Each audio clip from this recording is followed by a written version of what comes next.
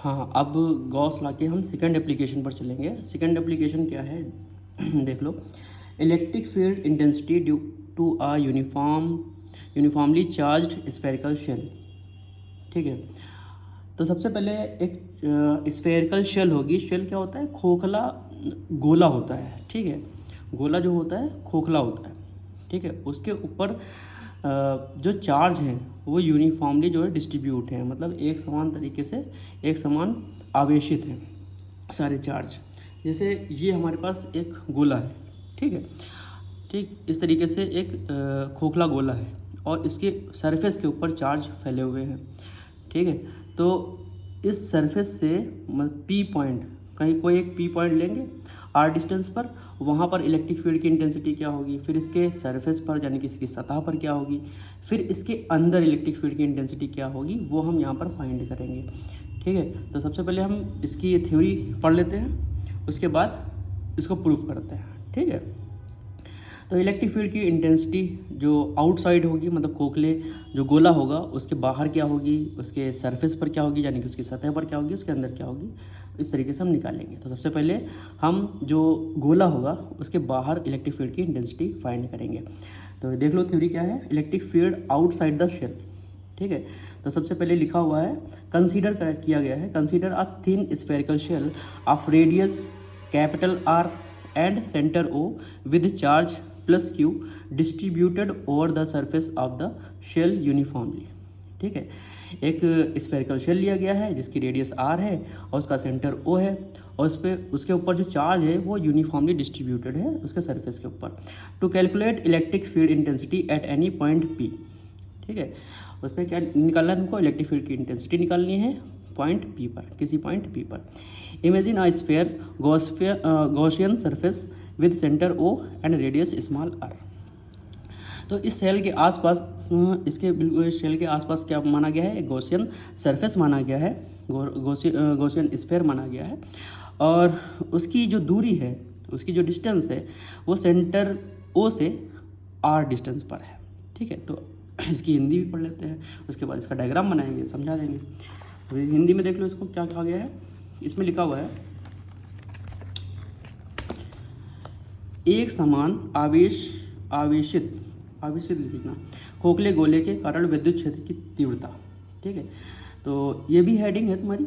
फिर इसका point A है, खोखले गोले के बाहर विद्युत क्षेत्र की तीव्रता।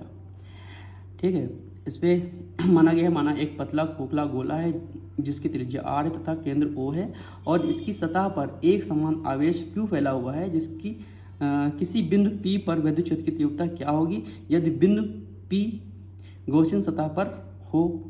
ठीक है, गॉसियन सतह के बाहर हो, सतह के बाहर हो, ऐसे लिख लेना। ठीक है, गॉसियन सतह के बाहर हो। ठीक, अब हम एक खोखला गोला लेंगे। ठीक है, यहाँ पर देखो डायग्राम हम बनाएंगे। एक ऐसे खोखला गोला ले लो, ये है तुम्हारे पास खोखला गोला। ठीक है, और इसका केंद्र ओ है यानी कि सेंटर ओ है, और इस खोखले गोले की जो रेडियस है वो कैपिटल आर है। तो ये हो गई इसकी सतह और ये हो गया इसका सेंटर। सेंटर ओ से इसकी डिस्टेंस आर है और इसकी सतह पर क्या हुआ है, इसकी सतह पर चार्जेस इस तरीके से डिस्ट्रीब्यूटेड है यानी कि फैले हुए हैं। ठीक है, अब ये खोखला गोला है जो गोल है, तो इसका गॉसियन जो सरफेस होगा, गॉसियन जो सरफेस होगा गोलाकार होगा। ठीक है, सीधी सी बात है, और वो है इस तरीके से, इसके आसपास एक गॉसियन सरफेस हम इमेजिन कर लेते हैं, सब इमेजिनेशन है। ठीक, इस तरीके से। अब इसकी इस जो गॉसियन सरफेस है, इसकी जो सतह है, इसका जो सरफेस है, उसके सेंटर से जो डिस्टेंस है वो स्मॉल आर है। ठीक है, और यहीं पर एक पॉइंट पी ले लिया ऐसे, और गॉसियन जो सरफेस है, जो सतह है, उसी पर हमने एक स्मॉल एरिया ले लिया डी ए। कहीं पर डी ए ले लेते हैं, कहीं पर डी एस ले लेते हैं, इसमें घबराने वाली कोई बात नहीं। ठीक है, तो जो चार्ज है, तो चार्ज से इलेक्ट्रिक फील्ड जो निकलेगी उसकी डायरेक्शन होगी ये, और एरिया जो वेक्टर होगा एन कैप वो भी ये होगा। ठीक है। तो इसी पॉइंट पर, इस पॉइंट P पर हमको इलेक्ट्रिक फील्ड की इंटेंसिटी निकालनी है, ठीक है। अब देखो इलेक्ट्रिक फील्ड की डायरेक्शन ये है और इसका एरिया वेक्टर का जो डायरेक्शन है वो ये है, ठीक है। तो अकॉर्डिंग टू डेफिनेशन हम क्या लिखेंगे, परिभाषा के अनुसार फ्लक्स बराबर हो जाएगा integration E vector dot d A vector, ठीक है। फिर फ्लक्स बराबर हो जाएगा E integration d A cos theta, और थीटा की वैल्यू क्या हो जाएगी भाई, थीटा की वैल्यू तो ज़ीरो ही रहेगी, ठीक है, क्योंकि दोनों की डायरेक्शन क्या है, पैरेलल है एक दूसरे के, ठीक है, समानांतर है। तो यहाँ पर थीटा क्या हो जाएगा, ज़ीरो हो जाएगा। फिर यहाँ पर देखो फाई बराबर हो जाएगा E D A cos zero, cos zero की वैल्यू होती है 1, कॉस जीरो बराबर होता है 1, ठीक है। तो यहाँ पर 1 हो जाएगा। तो फिर हो जाएगा फाई बराबर ई इंटीग्रेशन डी ए। अब इंटीग्रेशन डी ए की जगह क्या लिखेंगे देखो इंटीग्रेशन जो डी ए होगा वो सरफेस कैसा है ये हमको देखना है। सरफेस अगर तुम्हारा सिलेंड्रिकल होगा, बेलनाकार होगा, तो वहाँ पर 2 पाई आर एल हो जाएगा। कर सरफेस क्या हो जाएगा 2 पाई आर एल, ठीक है। बेलन का कर वक्र पृष्ठ क्या होता है 2 पाई आर एल। अगर वो स्फेयर है तो उसका वक्र पृष्ठ क्या हो जाएगा, यानी कर सरफेस एरिया क्या हो जाएगा 4 पाई आर स्क्वायर, ठीक है। तो यहाँ पर उसका कर सरफेस एरिया लिख देंगे हम, ठीक। टोटल, क्योंकि ये छोटे छोटे जो डी ए होंगे वो पूरे सरफेस के ऊपर होंगे, तो टोटल कर सरफेस एरिया हो जाएगा 4 पाई आर स्क्वायर। तो फाई बराबर क्या लिख देंगे, यहाँ पर लिख देना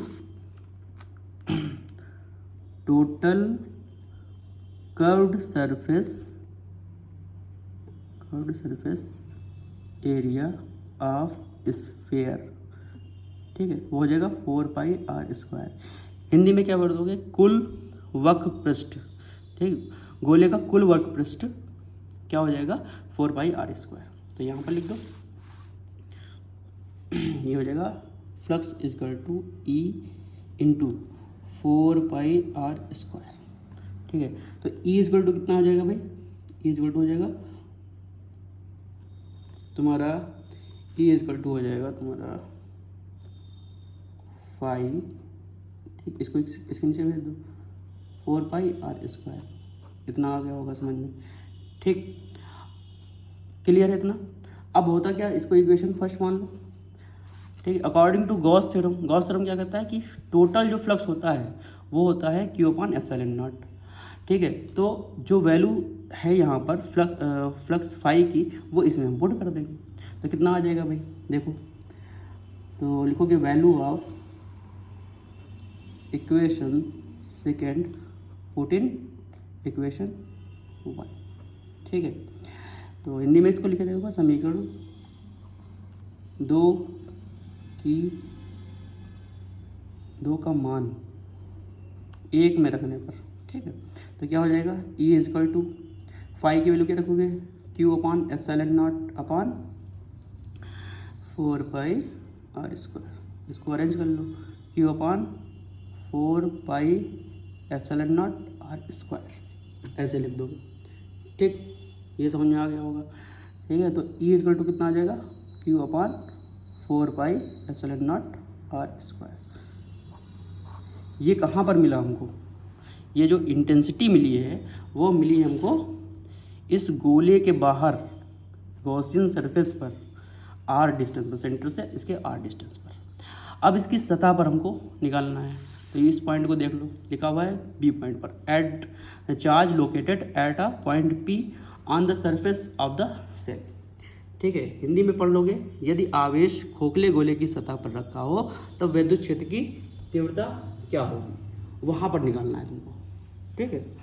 तो अगर हम सतह पर आएंगे, यहाँ पर देखो इस खोखले गोले की सतह पर आएंगे, यहाँ से यहाँ पर आएंगे, तो यहाँ पर अब r क्या हो जाएगी, अब r स्मॉल r नहीं होगी, अब जो डिस्टेंस होगी सेंटर से वो कैपिटल R हो जाएगी, ठीक है। तो यहाँ पर हमको कुछ नहीं करना है, यहाँ पर E बराबर लिखना है 1/4 पाई epsilon not Q upon small r की जगह क्या कर दोगे तो कैपिटल R, क्योंकि R अब क्या हो जाएगा कैपिटल R के बराबर हो जाएगा। तो E इजकल टू आ जाएगा 1/4 पाई epsilon not Q upon capital R square.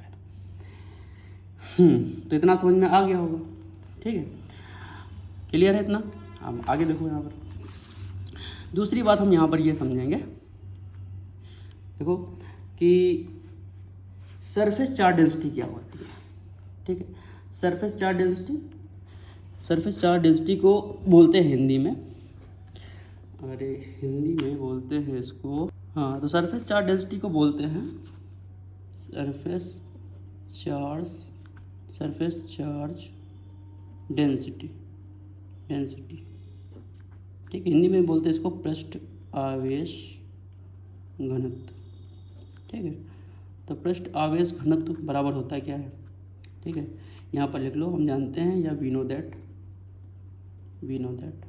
ठीक, हिंदी में लिख लो, हम जानते हैं पृष्ठ आवेश घनत्व क्या होता है, सिग्मा बराबर होता है Q अपान A, ठीक है। और A क्या है यहाँ पर, A है तुम्हारा 4πr²।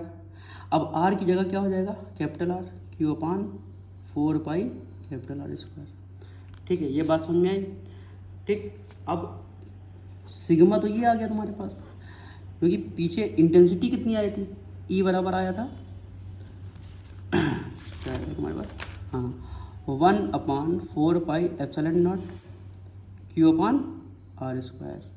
अब देखो इसको अरेंज कर लो, 4π और R², इसको एक पास लिख लो, ठीक है, तो क्या हो जाएगा Q अपान 4πr² इंटू 1/ε0, ऐसे भी लिख सकते हो। तो इसकी जगह क्या लिख सकते हो, सिग्मा, तो E बराबर क्या हो जाएगा, सिग्मा इंटू 1/ε0, तो E बराबर क्या हो जाएगा, सिग्मा अपान ε0, ठीक है, ये समझ में आ गया। तो इलेक्ट्रिक फील्ड की इंटेंसिटी जो सरफेस के ऊपर होगी वो हम क्या लिख सकते हैं, सिग्मा अपान ε0, या फिर क्या लिख सकते हैं, Q 1/4πε0 Q अपान R²। और इंटेंसिटी का ये फार्मूला भी होता है, ये भी ध्यान रखना, ये इंटेंसिटी का फार्मूला होता है, तुमको बताया भी था, विद्युत क्षेत्र की तीव्रता का यही फार्मूला होता है, ठीक है। अब थर्ड पॉइंट जो आता है वो आता है electric field inside the shell, C point में लिखेंगे, electric field intensity inside the shell, ठीक। विद्युत क्षेत्र की तीव्रता, विद्युत क्षेत्र की तीव्रता खोखले गोले के अंदर या भीतर, ये भी लिख सकते हो, ठीक है। अब वो क्या होगी भाई, अब देखो खोखला गोला ये है तुम्हारे पास, यहाँ पर इस पॉइंट को समझना, ठीक है, ये 1 नंबर का क्वेश्चन आ भी जाता है इस तरीके से, ये है तुम्हारे पास आवेश खोखले गोले के ऊपर। अब इसके अंदर तो आवेश है नहीं, ये बात समझना, इसके अंदर आवेश नहीं होगा तो यहाँ पर इंटेंसिटी क्या हो जाएगी, 0 हो जाएगी, क्योंकि इंटेंसिटी का फार्मूला क्या होता है, इंटेंसिटी का फार्मूला ये देखो पता है तुमको, 1/4πε0 Q अपान R²। अब जब आवेश ही नहीं है, Q ही नहीं है, तो इंटेंसिटी क्या हो जाएगी, 0 हो जाएगी, ठीक है। तो इसको प्रूफ कैसे करोगे भाई, क्योंकि फार्मूला क्या होता है, फाई बराबर होता है E vector dot DS vector, ठीक है। तो ये क्या लिखोगे, E DS cos थीटा बराबर क्या लिख सकते हो, Q अपान ε0, क्योंकि दोनों चीज़ें बराबर में होती है ना। अब यहाँ पर E DS cos थीटा तुम लिख सकते हो 0, सब 0 हो जाएगा, यहाँ पर Q 0 हो जाएगा, ठीक। तो ये पूरा टर्म क्या हो जाएगा, E DS cos 0, इसकी वैल्यू क्या हो जाएगी 1, इसकी वैल्यू 1 हो जाएगी, ये टर्म क्या हो जाएगा 0। तो ये पूरा टर्म इसके नीचे 0 के नीचे भेज दोगे तो क्या हो जाएगा 0 अपान DS, और फिर क्या हो जाएगा 0, तो इलेक्ट्रिक फील्ड की इंटेंसिटी क्या हो जाएगी 0, ठीक। इस पॉइंट को समझना ध्यान से कि जो फ्लक्स होता है वो Q अपान ε0 के बराबर होता है, जबकि फार्मूला क्या होता है E DS cos थीटा, ठीक है।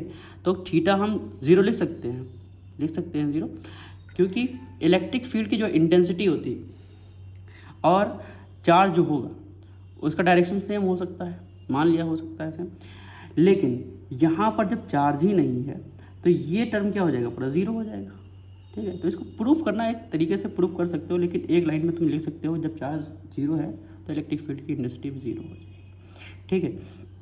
यहाँ पर ये 1 हो जाएगा, का 0 की वैल्यू 1 हो जाएगी। अब ds बचा, ds को हम 0 के नीचे ले जाएंगे तो ये भी टर्म 0 हो जाएगा, तो इलेक्ट्रिक फील्ड की इंटेंसिटी क्या आ जाएगी, 0 आ जाएगी। ठीक है, अब इसका लास्ट पॉइंट बचा है ग्राफ। ठीक है, ग्राफ कैसे बनाएंगे भाई, उसको भी देख लो। जैसे ग्राफ क्या होता है भाई, पहले हम एक खोखला गोला लेंगे, इस तरीके से खोखला गोला ले लिया। यहाँ से इसकी डिस्टेंस कितनी है, small R, sorry capital R है। ठीक है, और फिर यहाँ पर इसकी डिस्टेंस कितनी है सेंटर से, वो है तुम्हारे पास स्मॉल आर। पॉइंट पी यहाँ पर भी, पॉइंट पी यहाँ पर भी एक बार लिए, और पॉइंट बी एक बार हम यहाँ पर लिए अंदर। ठीक है, तो यहाँ पर जब ग्राफ बनाओगे तो इसका ध्यान रखना कि ये है तुम्हारी, मान लो ये तुम्हारे पास एक एक्स एक्सिस है और एक है तुम्हारे पास वाई एक्सिस। एक्स एक्सिस पर क्या ले लिया मैंने, इलेक्ट्रिक फील्ड की इंटेंसिटी। ठीक है, विद्युत क्षेत्र की तीव्रता ले ली, ई ले लिया, और इस पॉइंट पर क्या ले लिया हमने, स्मॉल आर ले लिया। ठीक है, क्लियर है इतना। तो हम, अब तुम ये बताओ, हम लोग ये डिसाइड करेंगे 0 से लेके पॉइंट पी तक इलेक्ट्रिक फील्ड की इंटेंसिटी क्या होनी चाहिए, क्योंकि चार्ज कहाँ पर है, सरफेस के ऊपर। ठीक है, चार्ज इसके अंदर तो है नहीं, अब इसके अंदर नहीं है चार्ज, तो इलेक्ट्रिक फील्ड की इंटेंसिटी यहाँ से लेकर यहाँ तक क्या हो जाएगी, 0 हो जाएगी। ठीक, तो ये डिस्टेंस क्या हो गई तुम्हारी, यहाँ से लेकर यहाँ तक आर डिस्टेंस तक, ये तो तुम्हारा क्यू 0 हो गया, तो यहाँ पर इलेक्ट्रिक फील्ड की इंटेंसिटी भी 0 हो गई। लेकिन जैसे ही इस पॉइंट पर आओगे, ठीक है, यहाँ पर इलेक्ट्रिक फील्ड की इंटेंसिटी मैक्सिमम हो जाएगी, विद्युत क्षेत्र की तीव्रता मैक्सिमम होगी। उसके बाद जैसे जैसे तुम आर को बढ़ाते चले जाओगे, इलेक्ट्रिक फील्ड की इंटेंसिटी रिड्यूस हो जाएगी, क्योंकि इससे पहले तुमको ये फार्मूला बता चुका हूँ कि ई इन्वर्सली प्रोपोर्शनल है, व्युत्क्रमानुपाती क्रमानुपाती होता है आर के। ठीक है, तो यहाँ पर मैक्सिमम, तो इसके आगे बढ़ाओगे, जब ये डिस्टेंस आर बढ़ेगी तो इसकी इंटेंसिटी धीरे धीरे कम होती चली जाएगी। तो इसका जो ग्राफ बनेगा वो इस तरीके से बनेगा। ठीक, और यहाँ पर क्या हो जाएगा, ये मैक्सिमम। ठीक, तो यहाँ पर मैक्सिमम, उसके बाद जैसे जैसे डिस्टेंस बढ़ाओगे इलेक्ट्रिक फील्ड की इंटेंसिटी रिड्यूस होती चली जाएगी। ये इसका ग्राफ है। Okay, thank you.